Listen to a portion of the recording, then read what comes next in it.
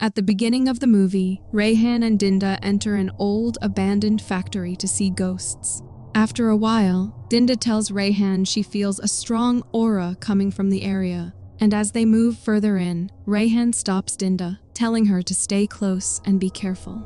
They reach a machine and peer inside, but Rayhan glances back and tells her it's actually behind the door. She quickly turns around, but he cautions her, saying that's not the right way, explaining that Grandpa said that ghosts get scared if humans look at them directly. Frustrated, Dinda asks him to show her the proper way, but Rayhan spots something behind her. Dinda climbs onto the machine, and Rayhan warns her to be careful, but she teases him, asking if it's really that scary, and urges him to show her. Rayhan agrees, but tells her not to blame him if things go wrong. He then instructs her to keep her eyes straight ahead and stay focused, and asks if she sees anything moving to her left. Dinda says she does, to which he tells her to look slowly to her left, but when she turns, she sees nothing and accuses him of lying. However, Rayhan can see the ghost of a girl there and tells Dinda that he thinks they know they're trying to see them, which is why they keep disappearing. He suggests they should just go home, but at that moment, he's horrified to see a ghost emerging from the machine. He tries to warn Dinda, but this time she sees the ghost too, and as they flee, Rayhan tells her not to look back, but Dinda suddenly trips, and when Rayhan turns around, he sees the ghost approaching her. At that moment, he jolts awake, and his wife Sharon asks if he saw the nightmare again. The next day, he asks Sharon if she called his mom yet, to which she replies that she did, and shares that his mom told her Hira is expecting her 5th baby. His mom also asked, "When are you two going to have a baby?" To which he tells her to respond that they're trying until the last drop, and they both share a laugh at this. Later, when Sharon arrives at her workplace, she suddenly feels nauseous and rushes to the washroom. Meanwhile, Rayhan is in a meeting when he receives a call from Sharon, and when he steps out to take the call, she reveals to him that she is pregnant, exclaiming that their efforts of trying until the last drop have finally paid off. That evening, as Rayhan and Sharon drive home, someone suddenly crosses in front of their car at high speed. However, when Sharon says she doesn't see anything, they decide to leave the area. Later that night, a shadow appears in their house, revealing an entity's reflection in one of their photos. Meanwhile, Rayhan suddenly wakes up and we see the entity heading upstairs. Sharon asks if he had another dream, to which he replies that he's just thirsty. After Rayhan leaves, Sharon lies down again, but suddenly the bedside lamp turns off. Confused, she sits up to check the lamp on her side, only to find that it won't work. She then walks over to the main light switch, which doesn't turn on at first, but finally does on her second try. Sharon returns to bed, but the light goes off again. Frustrated, she gets up to turn it on, but this time it won't respond, and someone begins moving toward her. When the light flickers back on, she turns around, startled to see Rayhan standing there. Suddenly, the lights go out again, and Rayhan asks if they still have any spare bulbs left. Rayhan asks Sharon to turn off the light switch, then climbs the stairs to change the bulb. However, the bulb suddenly turns on, giving him a shock and causing him to stumble backward and fall. The next day, after dropping Sharon off at her office, Rayhan returns home, only to find the spirit of an old woman sitting there. He approaches her, calling her Auntie Cti, who looks up at him, relieved, and says she's glad he still remembers her. She explains that she's searching for someone who can help her connect with his mother, hoping for forgiveness for all her debts. Rayhan assures her that he'll pass along the message, and that he's sure his mother has forgiven her. Just as Auntie Cti turns to leave, Rayhan hesitates and asks if she's ever been to his house before, to which she replies that this is her first time. Now, as she gets up to leave, Rayhan notices her internal organs hanging out from her body, and in the next instant, she vanishes. But just then, a sudden crashing sound diverts his attention. He rushes out to investigate and discovers that his and Sharon's wedding photo has fallen and shattered. As he picks up the frame to inspect it, there's a knock on the door, but when he opens it, he finds no one outside.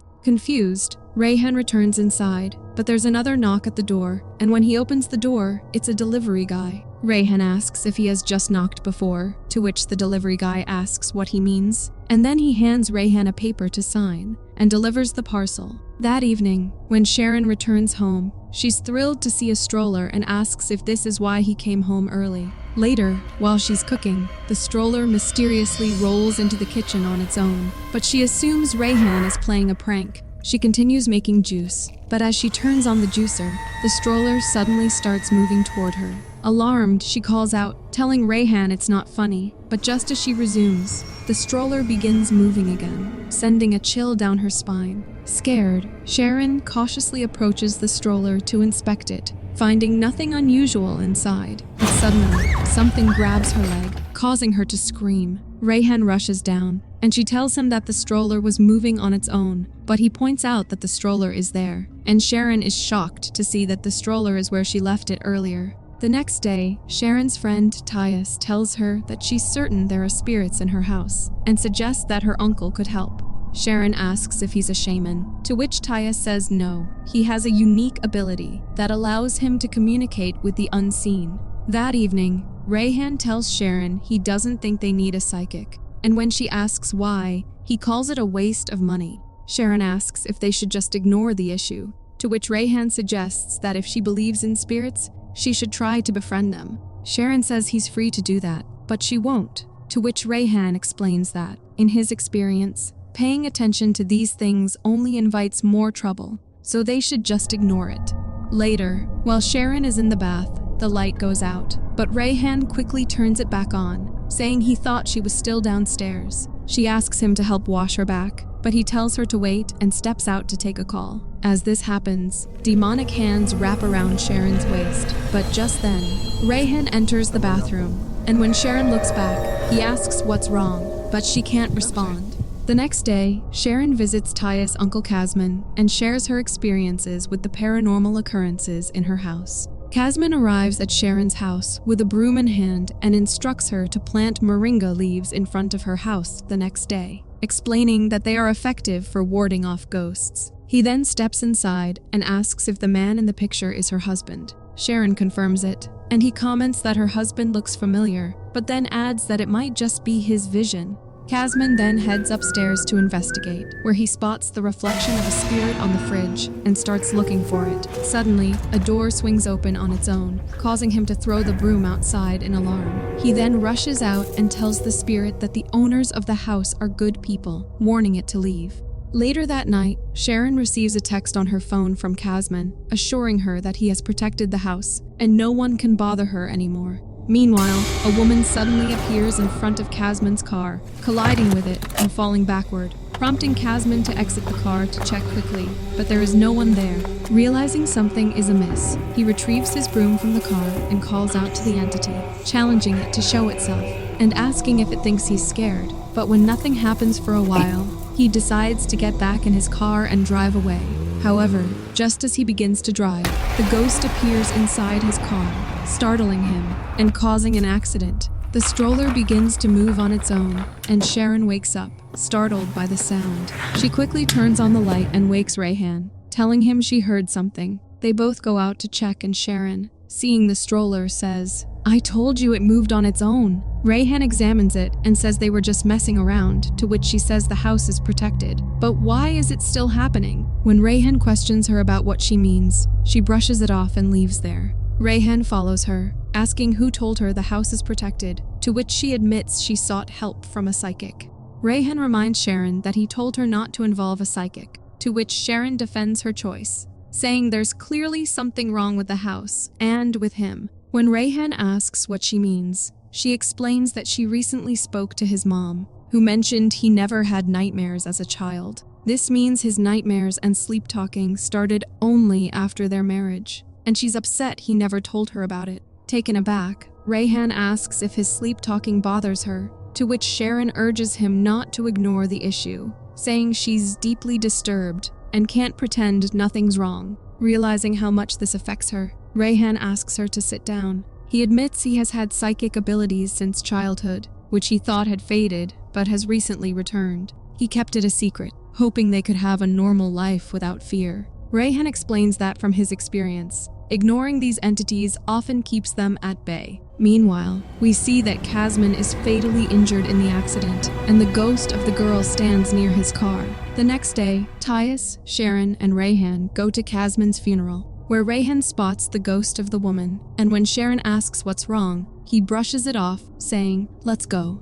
When they return home, Sharon asks Rayhan if he's sure he didn't recognize who he saw at Casman's house, since he seemed so focused on a particular spot. To which Rayhan replies that it was blurry, so he's not sure what he saw. She presses, saying he looked startled, almost as if he'd seen someone from his past, hinting he might have unresolved issues with someone deceased. Rayhan reassures her she's overthinking and insists he has no enemies, and he's working to figure out the disturbances and advises against connecting unrelated things, as it will only make things harder. Sharon then mentions Casman's death after helping her cleanse their home, to which Rayhan responds that Casman's death happened because she forced those connections, reminding her that he advised either befriending or ignoring spirits, not involving a psychic and confronting them. Hurt, Sharon asks if he's blaming her for seeking help, and then leaves. Rayhan follows her to their room, where Sharon tells him she's going to stay at her dad's house. He asks what she plans to tell him, that she's scared of ghosts? He'll just laugh since he doesn't believe in that. Sharon replies that she'd rather be laughed at than haunted, to which Rayhan warns her that if something evil is targeting her, it'll keep bothering her no matter where she goes. Frustrated, Sharon asks what they should do. Should they hire another psychic? But what if they also end up like Tyus's uncle? To which Rayhan tries to calm her down and promises that he'll figure out who's been disturbing them. Later that night, Rayhan hears Dinda's voice calling his name. Confused, he steps out, only to have a light flashed in his face, and he's shocked to see Dinda. He follows her to the storeroom, where he finds a torch, but the door suddenly locks behind him. Meanwhile, Sharon wakes up and calls for Rayhan, only to find his phone still in their room. Rayhan tries to force the door open, but suddenly, the bedroom light bulb explodes. Outside, the entity appears, its expression furious, and it begins moving toward Sharon, but it vanishes briefly, only to reappear and violently throw her aside. As it advances on her again, Sharon tries to flee, but steps on broken glass from the shattered bulb. Wincing, she pulls the shard from her foot and manages to escape the room. Just then, the ghost reappears, causing her to stumble and nearly fall down the stairs. However, she grabs the railing to steady herself, but the ghost reappears once more and shoves her down the stairs. Rayhan manages to open the door and rushes to Sharon, only to find her lying unconscious on the floor, bleeding. He quickly takes her to the hospital, where he learns that Sharon suffered a severe impact to the back of her head, causing her to lose consciousness. And given her condition, the doctors inform him that an intensive examination is necessary to assess the baby's condition. Later, when Sharon wakes up, she finds Tyus beside her and asks, "Why are you here?" To which Tyus explains that she arrived just as Rayhan was about to leave. Meanwhile, Rayhan arrives at Dinda's house, where he meets her mother Hesti and asks, "What really happened to Dinda?" Hesti responds, "Why can't they let her rest in peace in her own place?" To which Rayhan replies, "That's exactly what he is trying to say," and explains that he doesn't believe she's at peace. Tyus accidentally breaks a cup at the hospital and calls housekeeping to send someone to clean it up. She then sits beside Sharon and asks, "Are you and Rayhan okay?" To which Sharon replies that she thinks Rayhan is connected to something he saw at Uncle Casman's house. Just then, the housekeeping lady Irma arrives to clean up, and as Tyus continues talking with Sharon, Sharon admits she's terrified. Tyus reassures her, saying she has nothing to fear with her around, adding that ghosts only trouble cowards. Besides, if they see me, they'd be the ones scared. Irma suddenly throws a glass at them, enraged by Tyus's comment. She then grabs a knife and lunges at Tyus, who tries to defend herself, but is thrown aside. Irma then turns on Sharon, but Tyus intervenes, and in the chaos, Sharon manages to hit Irma with a glass. Irma, however, overpowers Tyus and throws her aside again. Security arrives and attempts to restrain Irma, allowing Sharon to escape. And after a moment, Irma also becomes unconscious. As Sharon opens the elevator, the ghost attacks her and tries to strangle her. But moments later, the door opens and Rayhan finds her gasping for breath. She angrily asks how he could leave her when he promised to protect her, and tells him that she and Tyus almost died because he left them alone.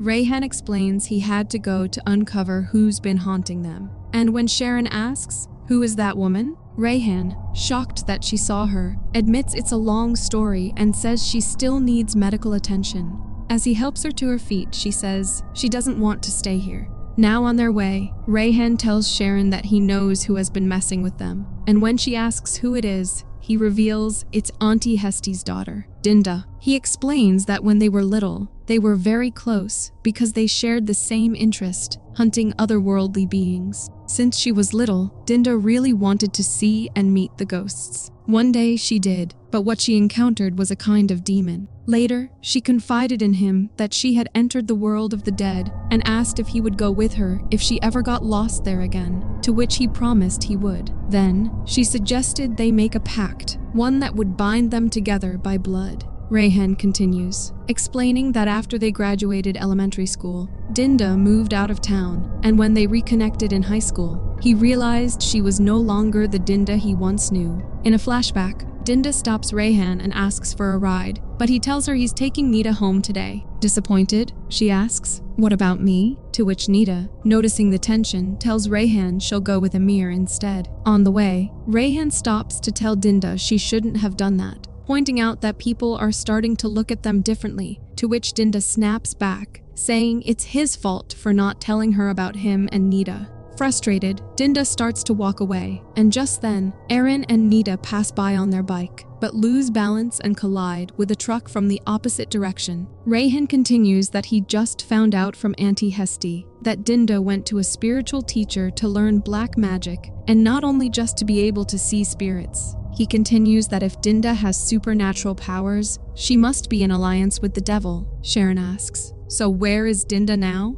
To which he reveals that she is dead. In a flashback, Dinda returns home after hearing of Rayhan's wedding and sensing her feelings. Cti reminds her that Rayhan is her cousin and warns, "What will the family think?" Dinda insists she's part of the family and has every right to attend, but Cti urges her not to cause a scene. Hurt, Dinda says she's always obeyed the family and asks if she really thinks so little of her. Angry, she storms to her room and locks herself. Cti follows, explaining it's about keeping peace for everyone, not just them, to which Dinda retorts that Cti only cares about family reputation, not her well-being. Reluctantly, Cti locks Dinda in her room, ignoring her pleas. Overcome with rage, a dark force takes over Dinda, and she breaks the door down. Emerging, she declares she's done being controlled. When Cti tries to stop her, Dinda shoves her aside, leaving her unconscious on the floor. Next, we see Dinda take her own life in an abandoned factory, the same place where she and Rayhan had once made a pact. They promised that if either of them ever strayed into the world of the dead, or if one of them died first, the one left living would guard and accompany the other to protect them from evil forces. Sharon asks, "So what can they do now?" To which Rayhan explains that a departed soul can't find peace if there are unresolved debts. Sharon asks, "Does she owe him something? Or does he owe her? And how will you repay it?" To which Rayhan replies that he has to meet her in her world. He then brings Dinda to Cti's house, who asks her to forgive Dinda, saying she is full of drama, to the point of hurting people like this. She then asks Rayhan to bring his wife inside and let her rest. Later, Cti warns Rayhan not to be reckless, but he replies that he has no choice, because ignoring this could make things even more dangerous, especially since he almost lost his wife and child. Cti asks, "So what is he planning to do?" To which Rayhan responds that he has to keep his promise and meet Dinda. And when she asks where he'll go, he says, "To the place where she died." Rayhan finally visits the abandoned place and spots a spirit calling to him. But as he tries to go up to her, another spirit grabs his leg, holding him back. He manages to break free and goes up, only to find that the spirit has vanished. Suddenly, Dinda appears in front of him, calling his name, but when he moves toward her, she disappears again, only to reappear behind him and push him back. At that moment, Sharon wakes up from her sleep. Sharon goes out to Cti and asks, "Where's Rayhan?" To which Cti replies that he left to sort things out, adding that she warned him not to go, but he insisted. Just then, Rayhan calls out to Sharon, and when she comes outside, Dinda tells him it's pointless because they can't see her. She hugs him and thanks him for coming to see her, leaving Rayhan shocked that Sharon is unaware of their presence as she heads back into the house. She asks the nurse if she knows the factory Hesti mentioned. Dinda apologizes to Rayhan for disturbing his family, insisting she means no harm. She just wants to hasten their destiny so they can meet again. Rayhan pauses, then says he's glad to see her again, and that he's kept his promise, so she can now rest in peace.